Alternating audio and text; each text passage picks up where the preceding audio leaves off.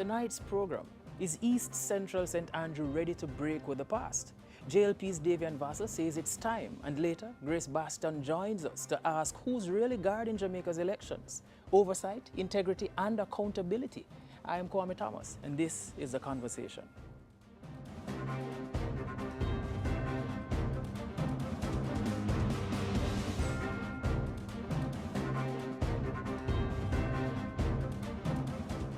Welcome back to The Conversation. Sir Vassell, how are you? I'm well. Welcome. Thanks for having me. So a lot of things have been happening now, and I want us to begin with you are the JLP's standard bearer for East Central St. Andrew, and you believe now that the time has come to end what we can call decades of the PNP's control over that area. But the first thing is, what's really happening, in places like, for example, CAFFE Park, and is it about policy or is it about power? That's one of the things that we want to answer in this segment. You're asking if it's about policy for me or power? Just general, All right, so if you look what's happening in CAFFE Park, CAFFE Park is considered by the PNP as being a liberal, strong division because we have had Miss Beverly Prince who has dominated that division for many years. And as a result of that, they don't really give as much support in that area. So if you look at the road network up there. So then the question that immediately comes to mind, Yes. and what I'm hearing from you is that there's some level of political favoritism. Of course. That's what you're saying. Yes. All right. And I want you to walk us through, though, how that thing looks. What does it look like in real terms? Apart road networks, and then what else? We're not even talking about this road network. If it's a case where you are from that area, I mean, as far as I'm aware, they have even scholarship programs. They have programs where they assist students with tuition.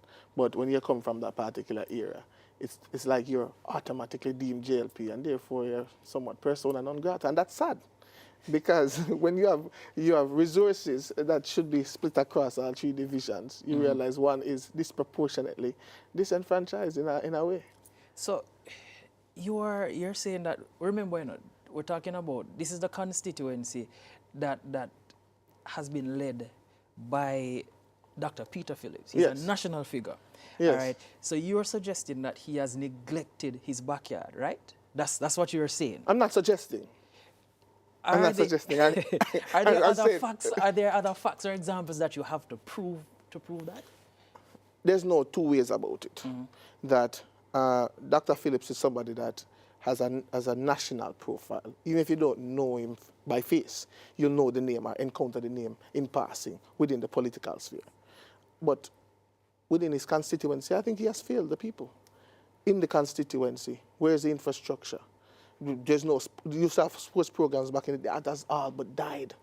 There's nothing there. I've asked, where's an active community center for people to recreate? Nothing is there.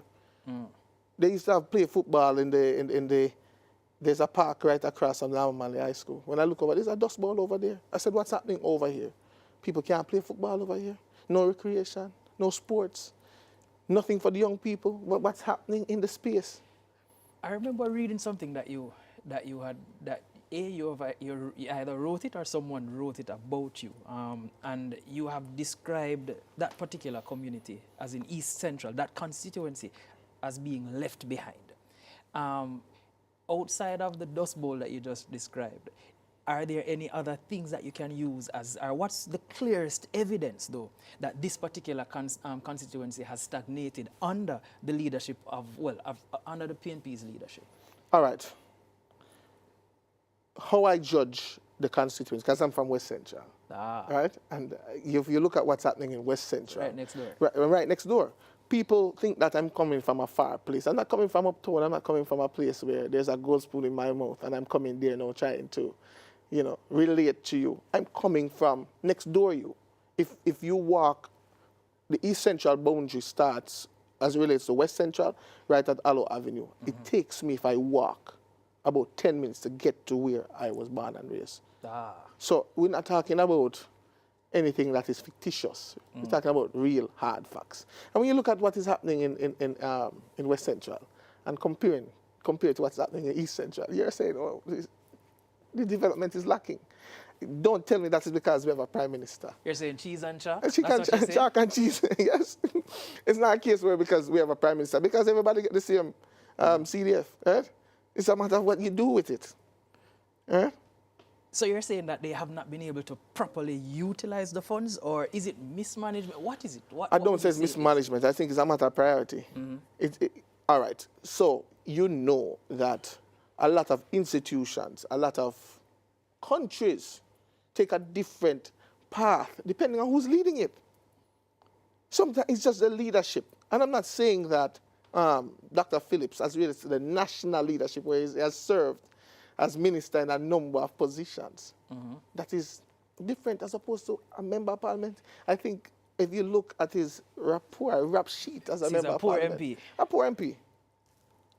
I say that without fear of reproach, because the stats are there. If you look around. So tell us some more of those stats, though. So we hear about poor road network. That's the first thing that you spoke about. We hear about lack of recreational spaces. That's one thing. Anything else that sticks out to you? All right. For example, I'm saying for a member of parliament who has such a national profile, right? Young people need training, right? Apart from the German auto school, right? But what about young people? How do you engage these people? If you look across Jamaica, everybody cannot be judged by the same metric. Me and I went to Woolmans, right? And in our science lab, we had petri dish, we had Bunsen burners, and all of these fancy things. If you go down to Norman Manley High School, you think you'll find the same thing? Even if you find it, do you find it in the same quantity where everybody has access to one? Or you find it working? I find it working. That is the question you ask. Is the case where we're judging everybody on the same metric? We need people who are going to be chemists. We need people who are going to be plumbers. We need people who are going to... We have different things, different needs. But it may be, as you have said, that the needs are different, and as a result, the priorities will therefore have to be different, because he might be looking at something else. It may be that he's looking at the road network or some other thing. Let's look at the road network. So what is he looking at? Remember now, you tell me, because you're going in the community. Someone really wondering what he's looking at. So you're not so sure what he's looking at? I'm not sure what he's looking at. Because if I could point out and say, all right, while it is he has fallen here, he has done this, that. But what can you point to? But couldn't we argue, though, that these are recent? I'm just asking, aren't these recent occurrences, recent What issues? you call recent? Well, I mean... He has been member of parliament from 94. In 1994, I was 7 years old. Yes? So I'm 7. You're saying from then... He has been there for a long time. So you're saying from then until now? Yes. So what has happened? It's not a case where there's a hiatus. You can say, oh, I had these things in place, and, as a result of me taking a break, things are falling off, but I'm putting these things back together. So we're to understand, because I think the PNP has had that constituency for the better part of about 34 years. Yes. And he has been there for about 31 years.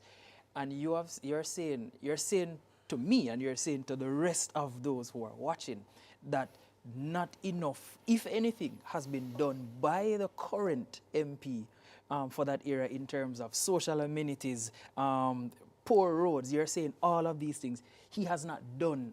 So these things aren't recent. These things are there from day one, and he has not done enough to address them. And I think the reason why it has happened is because what he inherited was a safe seat. So he could focus on national tasks and not focus on what the people needed. But that has changed. The seat is no longer safe. As a matter of fact, I would go on record to say there's no safe seat in Jamaica anymore. People are getting wiser. You understand? Is that a good thing, though? It is a good thing. Let me tell you why. Because there's nobody that can really rest assured that they will be returned to God knows, unless you into the work.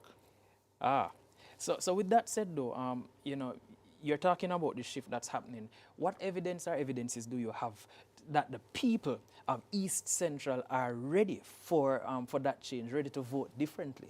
If you look, this is not a recent occurrence. If you look at the trend over the past few elections, you realize that the dominance of the PNP is all but shattered. They used to win by margins of 2,000, 3,000. That is a safe situation. But when you had, all right, what I'm saying to you, if you look at it, if we're going to put it in real terms, at that point where Dr. Phillips went up against Jody and Mary in 2020 election, he was then the opposition leader. It means that if he had won, if the PNP had won the election, he would have been the Prime Minister's opposition leader and head of the PNP in terms of the leadership. And he didn't get a comfortable. And he couldn't get it over the line comfortably. It would have shown that the people... Do you remember the margin? The margin was 927. I mean, it's a figure I go to bed every night, because that is what I need to overcome, and I don't think it's impossible. So you're saying now that the PNP's influence has dwindled to the extent... Waned significantly. But then couldn't this just be as a result of wide-scale voter apathy? Just full stop. So it's not an issue of the JLP's dominance or the PNP's negligence or waning power in the constituency, but just generally overall. So why isn't a case where you're seeing this apathy across every constituency? Why is it some people are increasing in numbers? Voter apathy. No, I'm talking about the numbers. I'm talking about the margin. If you have a margin of 3,000, when you get it down to less than 1,000. The problem is couldn't bother. A lot of voters. Probably people that couldn't bother. Because sometimes, they argue that the polls were showing at some point in time that it's not a case whereby more Jamaica Labour Party supporters went out to vote. It's just that fewer People's National Party persons went out. So it's not a case. They're getting smarter. They're coming over on the other side. What's the worst road in that constituency? The worst one, there's so many that it's hard to pick out the worst one. But the worst ones, I would say, are in Kesha Park. Like you look at Sundown Crescent. Look at Bedford Avenue. Roads are so bad that you have to probably be going like 10 kilometers per hour on the road in order for you not to suffer a punch or a dented rim or something like that. Come on, the roads are... So we understand that you are the JLP standard bearer. Can you name a neglected community asset that you would prioritize immediately if you're given the opportunity to represent that community? Let me show you something. The other day I was walking in Ambrook Lane, and when I was making some inquiries, and this is a PNP strong voting PD, right? And when I was making inquiries as, what do you guys do to recreate around here? They showed me a football field that they don't really get to use anymore. They showed me a community center where they were saying that it is the past Prime Minister, P.J. Patterson, who opened a center for at-risk youths. And it used to be operational, where remedial math and English and all of these things used to be taught. And they're saying that it used to be so helpful to the community in terms of some of the students who didn't do so well in school could come home in the evenings and be engaged in a meaningful way to learn how to read properly, get their arithmetic going. And they're saying that it has been closed for about 8 years, right? Fine.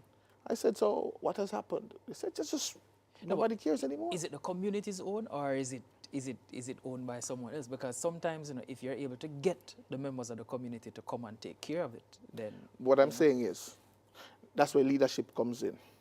That's where leadership comes in. Because if I were the member of parliament, we'd get a caretaker to be there, whatever needs to be changed in terms of, because I understand that there are several amenities there that probably need some upgrading. Yeah. You understand?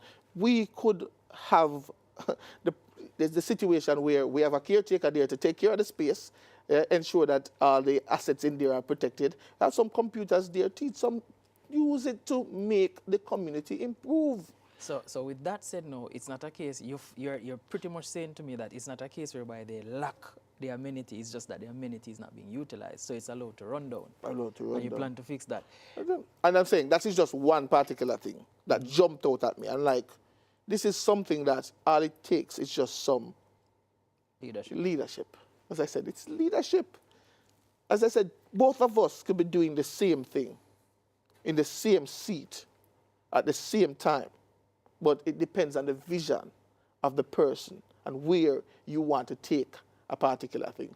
Some people are comfortable, with what they have, while others are seeing certain things. For example, my mother, the house that I grew up, she added a staircase that leads to the roof. Right?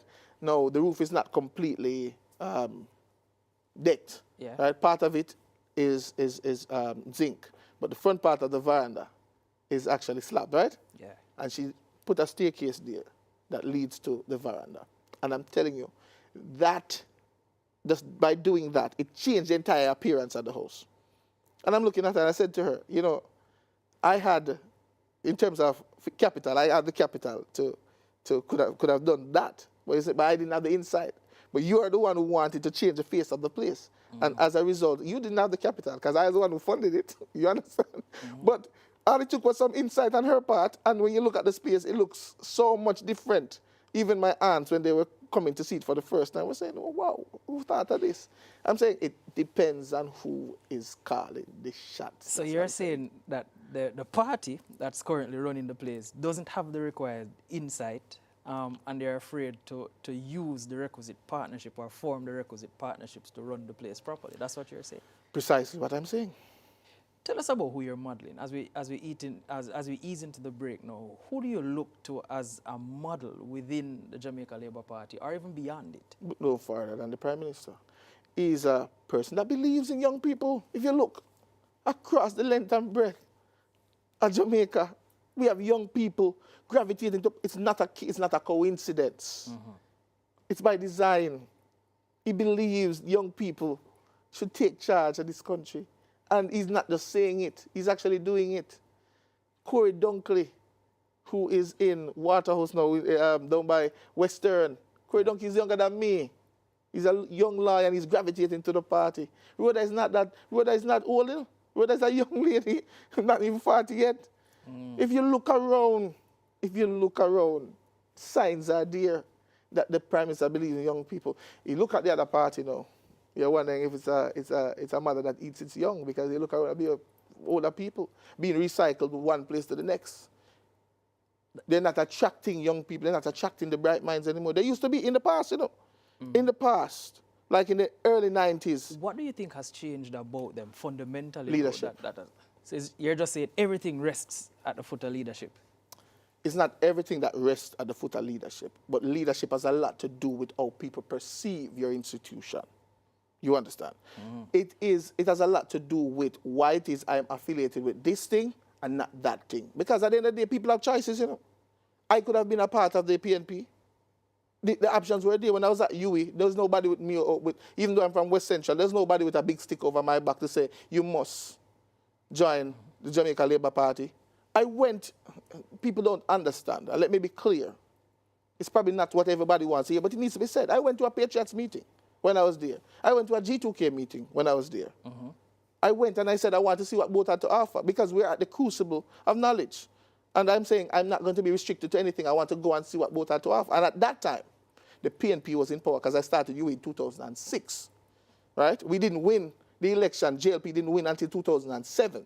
So it means that I went and joined the G2K in 2006 while the PNP was in power.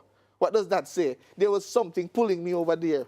There's a young man called Warren Newby was leading the G2K at the time. I said, young man, I need you. We have a project this weekend on the North Coast. We're cleaning up a beach. I want you to be there. And he took my name. And when I reached home, I got a phone call. And he said, meet us at Mary Seacole Hall at 6 o'clock in the morning. And you're saying that it's vision like that has caused you to be a part of the Jamaica Labour Party. I'm telling you. All right, we continue right after the break. Concrete problems, long-standing neglect, and a call for change. But is the constituency listening? When we return, Davion Vassell outlines his vision, his promises, and how he plans to make fairness more than a campaign slogan. Continue to watch us. This is A Conversation.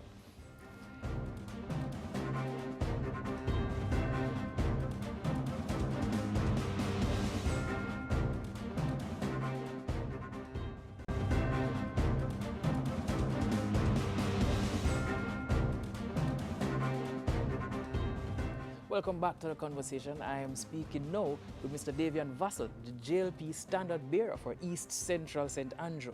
So, one of the things that we want to unpack in this particular segment is we have looked at some of the problems. We want to look at some of the proposed solutions. And one of the questions that we really want to answer is whether or not Davion Vassell can really bring all right, change, real change to East Central St. Andrew, and how that will happen. So my question is, what are your top priorities, your 3 top priorities for your particular constituency within the first, say, 18 months, you know, and how will you be able to measure that success? Well, success is measured by how well it's received by the people, right? First and foremost, I want to ensure that most young people are engaged. When I say engaged, is that they're employed, if they're not employed, they're actually getting trained. And that will move as it relates to social upward mobility.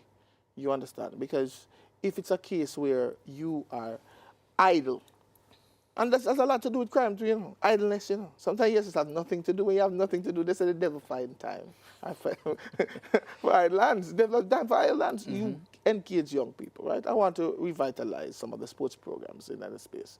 I'm wondering if with this size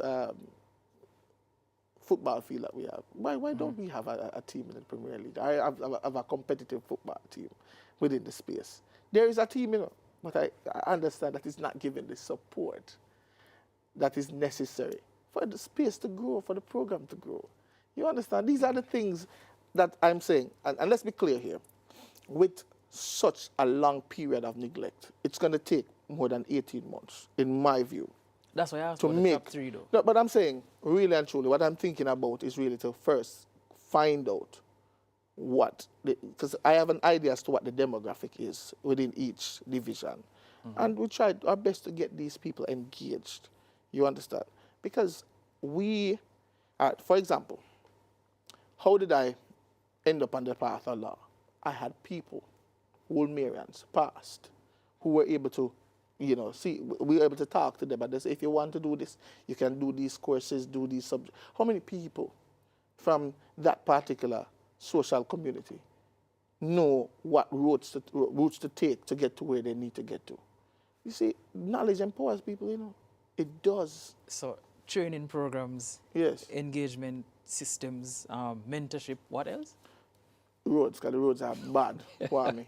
I can fix some roads in 18 months. I can fix some roads that have been neglected for years. People have to be buying front-end parts left, right, and center. But everybody promises roads. We can start by saying that, you know. So one of the things that I would want to look, what would be your actual plan? You know, is there an engineering survey, a phased schedule, or is there just a general purpose, a promise, rather? Here's the thing. You realize, even with the Spark program, the Prime Minister and the team, they're looking at not just fixing a road. It's a case where we need to have drains on this particular road network in order for it to become functional. Because we can't just pave a road, you know, and just leave it be, you know. If there are drainage issues there. These are things that we ought to have been looking at a long time ago, instead of just saying, okay, we're going to fix roads. What about, you know, looking at it in a holistic way and say, all right, cool. When it rains, the water always back up over this section, while this section is always damaged. Why don't we ensure that drains are in there before we go ahead and pave the road? Because what you're doing is really paving over the surface, and then eventually it's going to go. And then we're back to square one. So if you fix the things properly, you don't have to be fixing them ever so often. That's the thing, Kwame. So engineering survey, long time schedule. But in the first segment, we started talking about political favoritism. How do you plan to dismantle that alleged system of political? Because you know that you run the risk of going in and taking care of your people, so to speak. You know, how do you plan to dismantle Here's the thing. I've always believed in balance. And it means that you have more favorites. No. Oh. All right. So equality and equity are two different things, you know. Let's be clear on that. Unpack that. Because, all right, it's demonstrated where you have 3 persons standing trying to look over a fence to watch a football game. Have you ever seen that? Yeah, man, I know where that one. So you have 3 blocks, and each of them is given 1 block. But one of the guys very, very tall, one is medium, and one is very, very short. The guy that's very tall doesn't need a block to stand on, you know, he can look over the fence by himself. Yeah. The one that is second tallest, all he needs is 1 block. The one that is shortest needs 2 blocks. Equity is giving the one that is shortest the 2 blocks so he can see over the fence. Equity is giving the one that needs one block to stand up on the fence. Equity is the man that doesn't need it, doesn't get it. That's equity. Equality is giving all of them 3 blocks. But guess what? The man that is tallest can see way over the fence. But the man that is the shortest will never see the light. And that is the position. So what kind of systems are you intending to implement to ensure that something like that happens? Because we're talking about oversight now, we're talking about monitoring, we're talking about evaluation. These are some of the things that we're definitely talking about. Checks and balances. All right. So first and foremost, when I become the member of parliament, there are certain things that I must fix, right? And it will, at this stage, I'm looking at this thing because I plan to be in East Central for a while, right? For a long while. Because people are saying, hey, if you lose, you got to run. I don't intend to lose. But should that, because at the end of the day, we're in an election, right? And it's not a case where there are any guarantees. But I see myself there because I went there for a purpose. Yeah? And I'm going to try my best to ensure that that purpose is realized. So with that being said, I'm seeing that after this election, I will, when the next local government election is called, I think I will have another councillor within that division. And doing so, what we'll be doing is, because see, at the end of the day, when we have the resources and have access to them, we have to ensure that they're shared in an equitable way. Yeah. As I said, not equality, but equitable. Right? And in doing so, we're going to have to ensure that we have the checks and balance, like who gets what, where, when, why, and how. So help me to be a little clearer in terms of my own understanding with that now. You know, what kind of local engagement structures do you plan to put in place to ensure transparency if and when you become that person? So are we talking about town halls? Are we talking about advisory boards? Are we talking about digital dashboards? All right, so for example, this is something that I've inherited, by the way. I realize now, because we're living in a different time. I'm a part of the WhatsApp group for almost all of the neighborhood community groups that they have, you know. So unlike in the past where you're going to need to have a town hall to know if something is awry in your community, a WhatsApp message, you have to do scan through the group. Yeah. I'm not saying that it's going to be limited to that, but I'm saying it's not a case where people are so far out of touch anymore and you're so hard to reach your member of parliament or your representative. There was an incident in Bloomsbury, and by the time I was able to take up my phone, I was able to see the truck that was blocking the way and all of the details people were taking in real time. You're able to see things. You understand what I'm saying to you? So we can do it. I'm not going to say that I'm going to be the head cook and buckle washer of everything. Certain things you're going to have to delegate. But in delegating, it's about finding competent people who you can repose some trust in and allow them to do their work. But supervision is going to be important. So beyond the sports and the community centers that you had made mentions about, what will you do to create what we can call long-term opportunities, especially for the under-engaged youths? Because remember, you said it earlier, an idle mind is the devil's workshop. Yes. What are some of those things that you plan to do to engage the under-engaged What youths? I want is, I think the time has come in this constituency. Where is the time come? Listen, I don't know, and I'm saying this to the entire Jamaica. We're not going to allow the PNP to take over this time come thing. Yeah? The time has come for you to remain in opposition. Stop talk foolishness. The situation is that Jamaicans, right now, when they go to the polls, get an opportunity to choose Jamaica. We have the hardest working Prime Minister in the entire Caribbean. And I say that by none because the other day I watched him at Sigma in Kingston. And by later in the day, it was at Usain Bolt's father funeral all the way across in Chile. I said to myself, oh, this man find all this energy from? But that's the type of man that he is. Boomerang. He's not that type of man. He's not a boomerang type of man. Just asking. I'm trying to show you. That's how involved he is. So, Kingston running a 5K in 5K apparel, and by midday, he's at the funeral in a suit, looking at it. It doesn't look, we're all energetic. I'm just telling you that leadership. That's what you offer. You hear what I say? Leadership.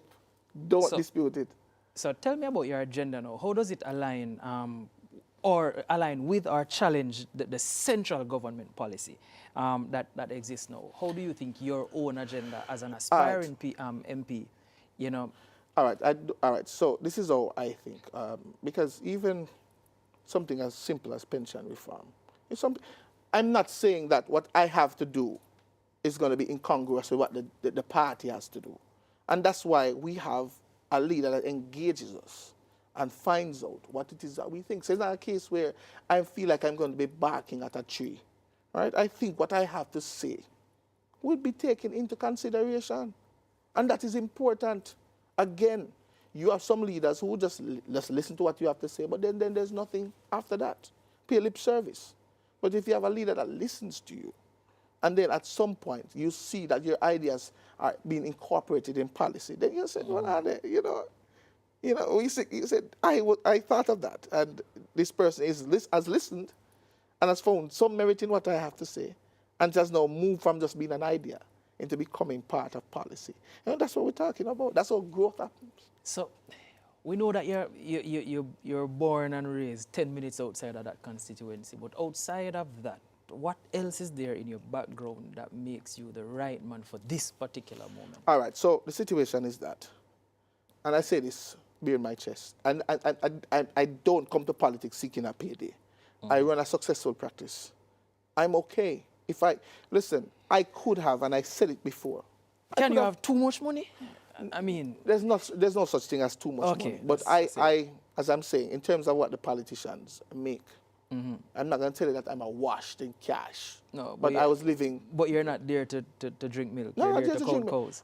I'm saying I'm there to ensure that the proper breeds of cow are there, to ensure that Jamaica can have beef and milk for years to come. Yeah, that's what we're there to do. As I said it half a year, but I said to you, my mother has 5 children. I'm the second child. Yeah. And of all 5 of us, I'm the only one that live here. My mother has migrated. My mother migrated last year. Barrel. As I'm saying to you is, I could have chosen that route. But I'm fine with remaining here and helping to build here. Everybody can leave. So as we draw close to the end of this particular segment, what will Davion Vassell be most remembered for, 1 year into office or 2 years into office? A leader that listens, a leader that incorporates, a leader that acts.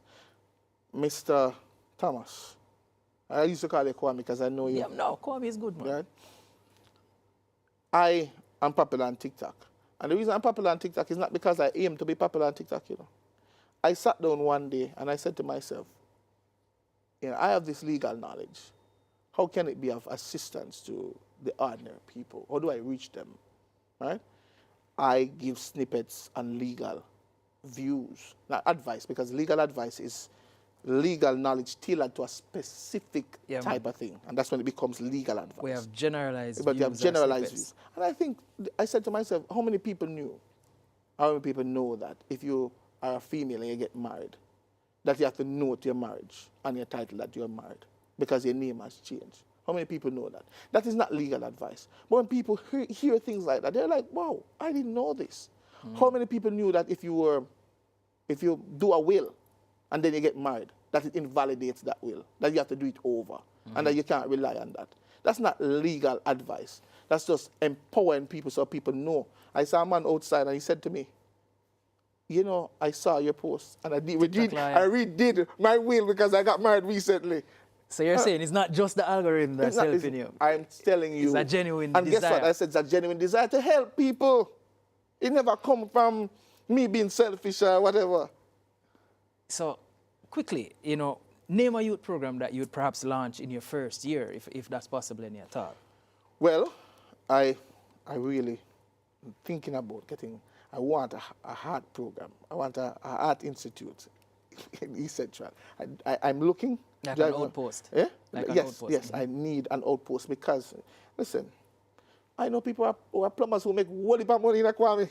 Yeah. I know people who are carpenters that make a killing in Kwame. I know people that put in drywall and sheetrock in Kwame that make good money that will rival lawyers and politicians, People feel like you have to go to high school, go to the highest level of university, in order to make money. Vocational training. can get you there. Not everybody has the academic prowess. Some people are good with their hands. They just learn differently. So yeah, let's call it that then. So would you support, now, we're shifting a little bit as we ease into the break, you know, would you support term limits for MPs? Here's the situation. Term limit for MPs, it depends. And when I say it depends is... On what? Well, do you really need a term limit for MP? Because if you're not doing well, the people vote you out. It depends, because you have stated a while ago, you know, that one, the PNP, and two, the current MP, the sitting MP, they're not doing well, but yet still he's there for 31 years and the party has been running that section for 34. If you look at, all right, in the past, I would support 100%. But no? Because the tide is changing, and it's changing for the better. I'm saying, if you look at it, you used to be a lot of safe seats that the JLP has won. So you're saying that because there are no longer any safe seats, then you don't need to have term limits the system will correct itself. It correct itself. But I would say if there's a term limit, I would say it's no more than 3 terms. 3 terms. 3 terms. And why I say 3 is because if you're there to make a lasting impact, I think 3 terms should be. If you can't do it in 3 terms, then go ahead. You don't need to be there. You don't need to be there at all. All right. One word. What does that constituency need most right now? It needs Davion Vassell to guide it and nurture it and get it to where it should be. That was a mouthful, though. You know what? Whoa. So there's a lot to consider as far as that is concerned. But, I mean, we are definitely going to be listening out for especially that 3-term MP thing. And if you're successful, you want to watch and see what you're able to do about that if the possibility comes, you know. But let me just close off the segment. So from roads to youth development to political equity, Vassell lays out a path forward. But in Jamaican politics, delivery often lags behind desire. Next up, we have Grace Baston, who's joining us to confront the deeper question: is the electoral watchdog still awake? Please stay awake. Please stay with us. More on the conversation when we return.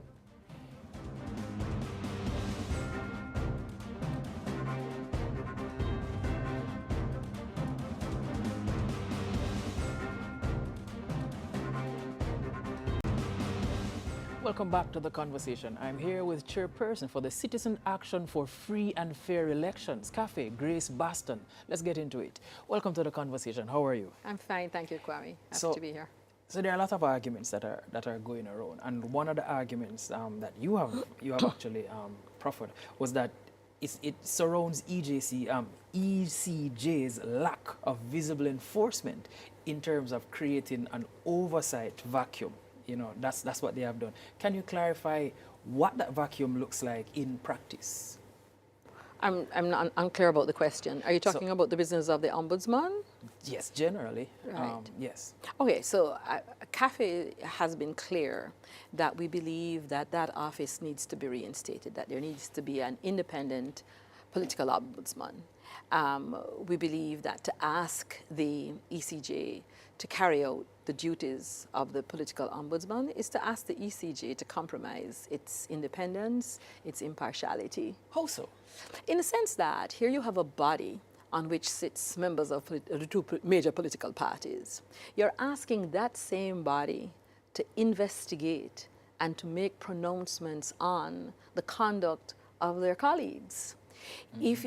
So I don't know. Let us, something happens and a matter is brought to the ECJ to have this kind of investigation. It is going to be very hard, given our context, for a decision not to come across as partisan. It's just the nature of Jamaican politics. And so to stay away from that was the whole purpose. You need to have this entity that is clear, it's impartial, it's independent, making these kinds of decisions and pronouncements. The business of the ECJ is to get on with the business of preserving the electoral process, making sure that happens according to the law, in a free and fair way. And that's a lot. That's a huge, huge undertaking. Wow. So we understand that we are in the throes of a crucial electoral season. Yes. You know, and you're pretty much saying that with the Office of the Political Ombudsman now folded into the Electoral Commission of Jamaica, this becomes dangerous? I think it's problematic.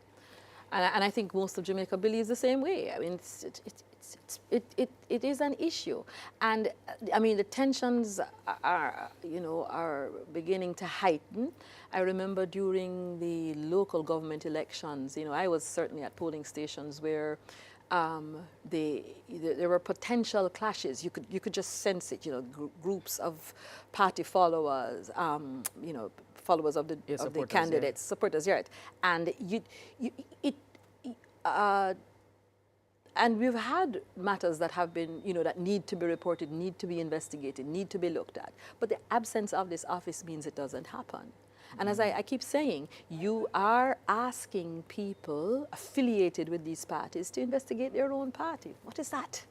So, well, the ECJ has claimed that it has been active, somewhat behind the scenes. And my question to you now, do you believe that that level of quiet diplomacy, if it's enough when the public demands accountability? Absolutely not. The matters need to be reported, to be investigated, to have a response, to have a pronouncement. As a matter of fact, I mean, I'm probably speaking for myself here and not CAFFE. I'd love to see them have more power, the ombudsman, to be able to fine a political representative, to be able to give it some more teeth. So prosecutory powers? Prosecutory. But no, you see, here's the thing. At the base of all this, you know, is the importance of trust in our institutions, in our processes. I think the research is clear about the relationship between trust that a people has in the political process, in our leaders, and things like economic development and social cohesion. You want to minimize, you want to help to decrease the level of distrust that there is. And one of the ways is not to lump these two So tell me about this particular model, though, that we have. How does it affect public confidence in the fairness of elections? How could it? How might it? Of elections. Okay, so the electoral process, that's another thing, because as you know, the Ombudsman is supposed to be investigating, you know, adherence to the political code of conduct, not so much the conduct of the elections itself. Yeah. So leading up, you know, the campaign, what's said from the podium, what's, you know, that kind of behavior. So if your question is talking about the electoral process itself, is that what you're asking? Well, it ties in that, so you spoke about the whole idea of presenting yourself as being trustworthy. Now, the Political Ombudsman's office has been folded into the Electoral Commission of Jamaica's office. And I'm saying that, does this present an issue in terms of how the public will now perceive the ECJ as well as the electoral process? Because, you know, not saying that it will invariably spoil the other one, but persons might just perceive it. Right. How might it Precisely. I don't know if by extension they'll say the processes, but as I said earlier, because we are so orange and green, the perception, once that ECJ begins to make decisions and and begins to issue reprimands to the Green Party, it will be considered orange partisan. It's just how we are. It's, as a matter of fact, people have always said, to us in CAFFE, why don't you speak out more on governance issues? Why do you just deal with elections? You should have something to say when these matters of national importance come up. And we're very careful to say our business is the integrity of the electoral process. And to do that, we need to maintain, and not just the perception of, but perception is very important, an impartiality and an independence that gives credibility to our statements. And the day, again, because we're so orange and green in this country, we begin to make pronouncements while a government is in power, it's just going to be interpreted as anti-government, therefore pro the opposition. And so we stay away from those things. So in terms of, I want to find out what we have lost since the dissolution of this particular role of the Political Ombudsman. Is there anything that you can definitively say that we have lost with that? Well, I'm maintaining that what we're losing is an important an important office, an important agency. That, I mean, obviously the activity only, that office is only busy leading up to an election. Yeah. So to feel its losses in between that, you won't. But the fact is, and now it's election season, we do have a loss. There is a gap. There is a space there that needs to be filled. Where if somebody has a legitimate complaint they want to raise, which ought to be done confidentially and so on, it's the ECJ we're asking to do that. And you know, the answer that says, oh, well, the ECJ will appoint somebody, they will investigate, then we will go back to the commission for the whole group to take a decision, it still is going to color the ECJ. So speaking about the ECJ though, some have worried that, you know, they are becoming paralyzed by fear of appearing to be biased. All right. So is this compromising their effectiveness? Does it stand to compromise that level of effectiveness that they might have? Again, having them carry out this role is opening them up to that compromise. You're inviting that, and as far as we're concerned, unnecessarily so. So if there are breaches, you know, of the political code of conduct, and these breaches go unchecked during this particular cycle, what are the risks that we have as a democracy, just generally? Yeah. The preservation of standards of decency in our conduct leading up to elections is extremely important. It's just for the health of our democracy. You cannot just do and say anything. And yes, we've left behind, we think and we hope and we pray, a period when, you know, when violence characterized our elections and the time leading up to elections. But it doesn't take a lot to stir that up again. You know, it just takes one irresponsible comment to get people thinking, oh, the way to handle this is violence. It's extremely important that these matters be handled. Should we, you know, one of the questions that I've always had on my own mind, you know, and I'm asking you, should we still have campaign signs on light poles? that's one of the questions. Why not? Yeah, campaigning is what is it when you're on the huskings? It's part. You know, there was a time when all of this was great fun. You know, I think you will want to be careful about, obviously, about defacing property. You know. We want to be responsible, but no signs placed in locations where, you know, you're trying to get your message across. No, I think that's all part of the campaigning process. So the Office of the Political Ombudsman, do you think that it has been dissolved too quickly, in terms of folded into rather? You think that this was a brash decision, it was taken too fast, or enough consultations weren't done? What do you think rests at the base of this particular decision? How should we view it as the public looking on? I don't want to cast aspersions. I think my job as the CAFFE chairman is, as I told you, our position on it. We don't think it should have happened. As you know, that was all quickly done. Was that 2024? Right? No, I think if such a decision were to be made, it did need to have more consultation. Ideally, that would have, that's what we would have wanted. Yeah, and as we ease into the break now, yes, we understand the chalk line that you walk, but if you could send a message to the the ECJ, what would that message be? The same one we've sent in our statement, that this is ill-advised, that this is not a good idea. It is not in the interests of the health of our democracy. That the work of the ECJ is clear, and it is a lot, and it does not want, by carrying out this other function, to compromise its independence. So a missing ombudsman, a quiet ECJ, and rising concerns. Grace Baston says the silence isn't just troubling, it's dangerous. After the break, we explore what must be done to restore trust in Jamaica's democratic institutions. Please stay tuned to the conversation. We'll return after these messages.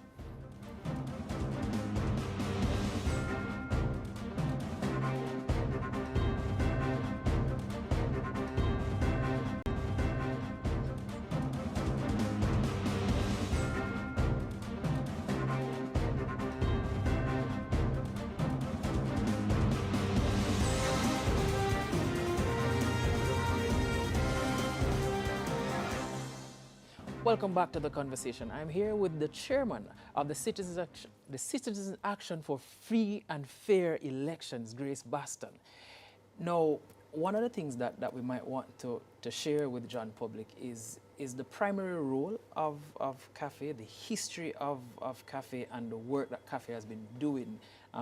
We will hop in between that and the whole idea of the political ombudsman, but for now, tell us about that. Okay, CAFFE. So, Kwame, so since 1997, CAFFE has monitored elections, general elections, local government elections, by-elections. CAFFE came into being out of a concern precisely for that, for the integrity of our electoral process. As you remember, we had rough times in the 1970s, 80s, right? When yes, you weren't around. You weren't around. I'm sorry. No, that's all right. You weren't around. No, but electoral malpractice, fraud. I mean, it wasn't uncommon for somebody to talk about how many times they had voted that day, the stuffing of ballot boxes, and perhaps even more troubling, the intimidation. If you lived in certain communities, you had to demonstrate that you had voted a certain way. So this open voting, you know, exposing your ballot, making sure people saw that you cast your vote for the right party. So it wasn't free and fair, and it wasn't free from Absolutely not. Intimidation. And I'm not sure that we've completely moved away from that, you know, in certain communities, what historically we've called garrisons. Yes. So this was citizens actually impelled by the church leaders, or it was an archbishop of the Roman Catholic Church, who said, no, let's do something about this. We need to get into those polling stations, organize ourselves, and monitor these elections. So it didn't matter if I was voting for the PNP or for the JLP. What mattered was that every single person, every eligible elector, had a chance to exercise his or her right to vote without fear. And 27 years later, you would say, or 28 years later rather, you would say that you're in a position to say that the integrity of the electoral system has improved somewhat. We feel so. We you know. Is it significant? Absolutely. When I go to try to recruit from among young people, they have no idea about that time past. They don't know what I'm talking about, you know. There is still a little bit of the fear where it's election day, you stay home, you're not out on the roads in some areas, but they have no idea. But it has improved. And so some people say, so why do you still need CAFFE? What are you still doing if the electoral process is now one that's transparent and fair? And my response is, yeah, democracy not protected and defended is democracy threatened. That the day we pull back from that, there's nothing to stop us returning to. So I'm jumping now based on the fact that you have just answered that question in that particular way. Back to the ombudsman issue. Do you think that there should be more support towards restoring what you can call the independent political ombudsman? And what would their modern, or could their modern mandate be? You know, seeing that as though it has been folded in, if it should be restored, or rather independently, what would that, or could that mandate be? I think you're asking, do I think more people should? I think people have been vocal about it, have spoken about the need to have it restored. As I said earlier, I think that office should have, but that's my opinion, this is not CAFFE's position, you know, more power, so that, as I said, more teeth, so that people pay a price for breaches of the code of conduct. I haven't given a shot to a broader mandate for that, because I think I've heard that one of the concerns is you're paying this person, you're funding this office that only gets work leading up to an election. So what is that? Well, then let's have a creative way of thinking about that the office gets funded at that time. It's but I'm looking even at CAFFE. And I'm not of the opinion that CAFFE only works during that little window when the whole electoral process has been reactivated, so to speak. You work outside or beyond that. So this is an interesting point, because here's part of the problem. CAFFE is a volunteer an organization of volunteers, every single person, from the board members to the people who serve on election day. So attracting funding for CAFFE's activities is extremely hard outside of election periods. Yeah. People care about free and fair elections around election time. Outside of that, it's very hard, very difficult. We have made it our business to in between elections to promote things like democracy clubs in schools, because we feel that the more we get our young people engaged in conversations around what it means to be a democracy, what does it mean to be a citizen, looking at democratic systems across the world, and so we keep ourselves busy doing that. And as I repeat, it's very difficult to attract funding. We have no permanent staffing. So if your question is there something the ombudsman could be doing in between elections? I'm sure, as I said, I haven't given much thought to it. But well, it's not. I'm just looking at the fact that, again, you're close to 3 decades active, and yes, even though it's difficult, you have been not just surviving, you have been thriving, because to be here for 30 years close, it means that you're thriving, it means that you're doing something. And I'm looking at the fact that persons have argued that the ombudsman doesn't have anything to do until it draws close to elections. But based on how the democracy is and the fact that the democracy is pretty much always under threat, if there are not enough systems in place to ensure that there are checks and balances, then that's pretty much where I'm going. So that's why I wanted your input, whether it's your input and or CAFFE's input on that particular thing. Yeah, as I said, broadening the scope and the work of what the ombudsman does is always an option. I think the work of education for democracy is hard, extremely hard. We admire it. We think it's the system more in keeping with our rights, but it's very difficult. So there's always a huge place for ongoing democracy education. Again, I haven't given more thought to what that a broadened scope for the ombudsman would be. So yes, all right. So back to the ECJ now. I'm thinking that there has been some not compromise, but the perception of compromise in terms of the credibility of the ECJ. Is there anything that you think they could be doing to rebuild that credibility? And here's why I asked that question this particular way.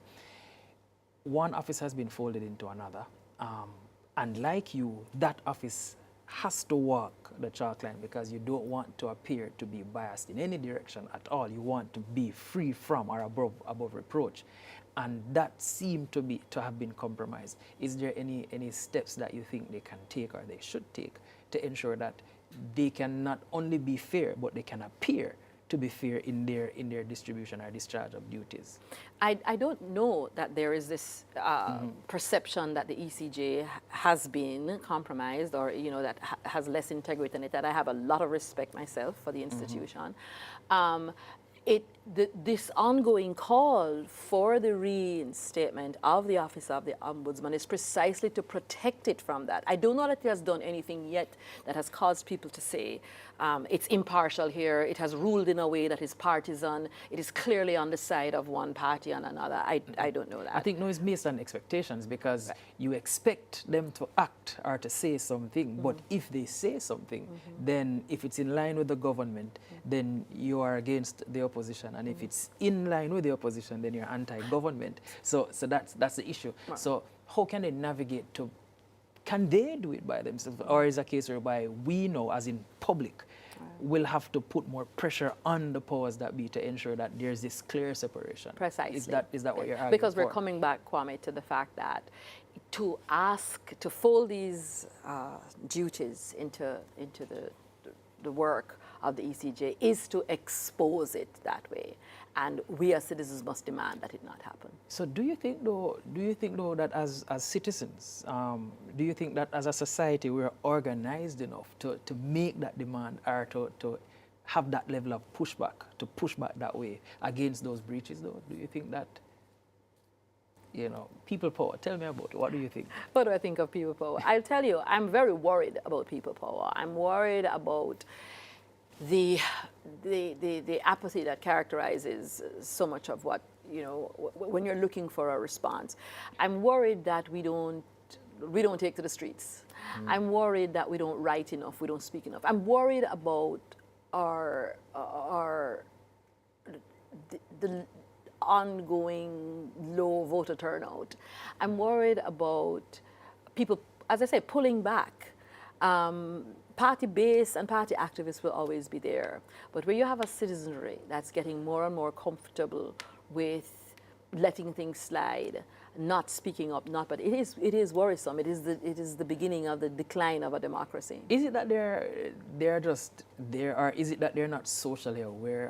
What do you think that issue might be? I think several things. I think one of the things is that I think our education process isn't political enough.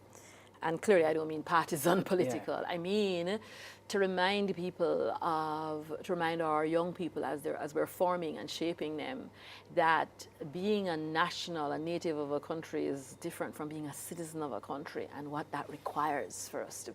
It's such a noble thing, and and what it requires. I think also, as I said earlier, democracy is hard. Picking up yourself and going to town hall meetings, actually making an input when you're asked to do so, picking up yourself to go and vote, pulling down a manifesto and reading it and going through it so you actually know what somebody is proposing to do. All of that is hard work. And as I said, what we're seeing is the pulling back from that space. It's very worrying. So could I argue that there is a technical gap that we're seeing, or is it more than that, where we can go as far as to say that there is a slow collapse in civic accountability and infrastructure? What argument could I put reasonably? Yeah, I think that, I mean, we want, there is, you know, civil society in Jamaica we've seen growth. We see people gathered around certain interests, particular interests, but not enough. Not enough. And certainly, in my view again, not vocal enough about issues like these. You know, so we're yeah. And for me, it's a slippery slope. So we are at the end of the program now, and one of the questions that I had on my mind is, in one or two words, what do you think would be our biggest threat currently to Jamaica's electoral system? Yeah, I'll leave it at that for now. So obviously our biggest threat is non-participation. To the extent that citizens choose to stay home, not exercise their right to vote, that alone is a massive threat. It means whoever is elected that is not the voice of the people. The people just haven't spoken, haven't bothered to speak. Well, they've spoken. They've said, we don't say any of you that we want. One of my sociologist friends argues it's not apathy. People call it apathy. It's not apathy at all. They just don't see who they want to vote for. And so withholding their vote is their statement, right? There's that view. That's a threat. I think, as the chairman of CAFFE, I want to say to citizens, please join us, come out, monitor the process, hold the EOJ accountable, ensure that in all communities, not just communities in Cherry Gardens and Jacks Hill, that in every constituency, every Jamaican have an observer there, so that is being allowed the right to exercise our franchise. So there's a lot to consider when we, because I've never looked at it from the perspective that there's no apathy. There's actually a case whereby you've withheld your vote, because I am one of them that are of the opinion that if those who are too smart to vote are governed by fools. Yeah. But when you say it that way, when you phrase it that way, it paints a whole nother picture about the whole process, because you're saying that one of the biggest threats to democracy is when persons withhold their voice. That's right. Can we fix that, though? How do we fix that? How do we fix that now? You see, how do we fix it now? I don't know, Kwame, that business of ongoing citizen education, right? Again, when I go to the young people in their schools to try to recruit them for CAFFE, because that's been one of our strategies. And I do have them because school is out and they're on holidays. I'm using this. Young people. When I know if I say to you, do you agree with the following statements? I don't care about the voting process. I don't plan to vote. I don't see any difference between the JLP and the PNP. To me, it's the same thing. The two of them thief, the two of them corrupt. I don't want to hear anything about elections. You will all raise your hands and say, yes, miss, that's how I feel, right? And then I pose the question to you. To whom are we leaving this process of determining who governs us? Who have we left it to? Men and women whose votes can be bought with a box food and a beer? I mean, you know, it's not meaning to be disrespectful. It's just that if all of us decide both these people, none of these parties is who I want to vote for, therefore I won't vote. In the end, we have a directorate, we have leaders that we have not chosen. So that it's not a position that we can take up in a democracy. And so I'm talking to young people again. Not only should you make sure that, well, at this point I can't tell you to go register, but do so for future elections, but at least help us in monitoring the process.